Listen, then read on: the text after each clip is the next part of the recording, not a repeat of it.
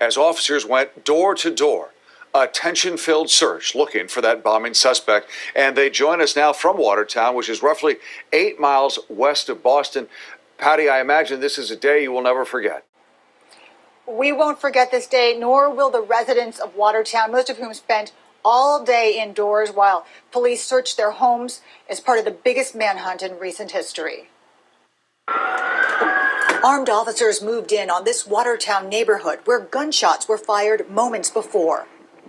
Photojournalist Chris Paxton was rolling as we raced to catch up with this first wave of responders. That's when another round of gunshots rang out. Police told us we were in the line of fire and told us to get behind a cement wall.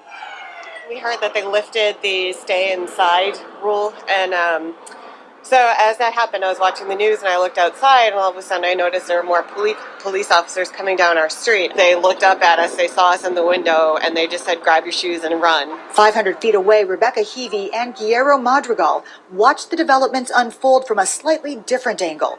Their apartment overlooks the yard where the bombing suspect was hiding.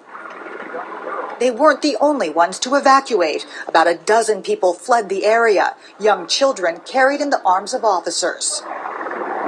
By 11 p.m., the sound of a series of explosions indicated the end might be near, and it was.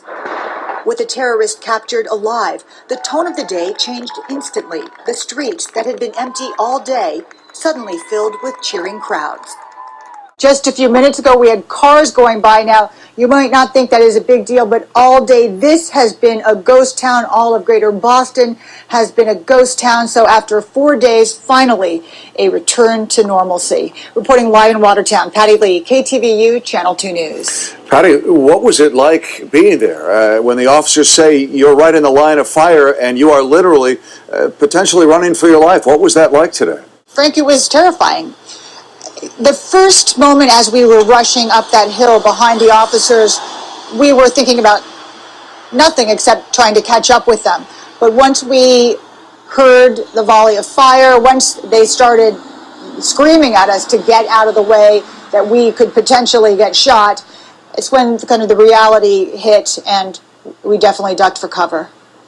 All right, Patty Lee, live in Watertown, Massachusetts tonight. Thank you, Patty.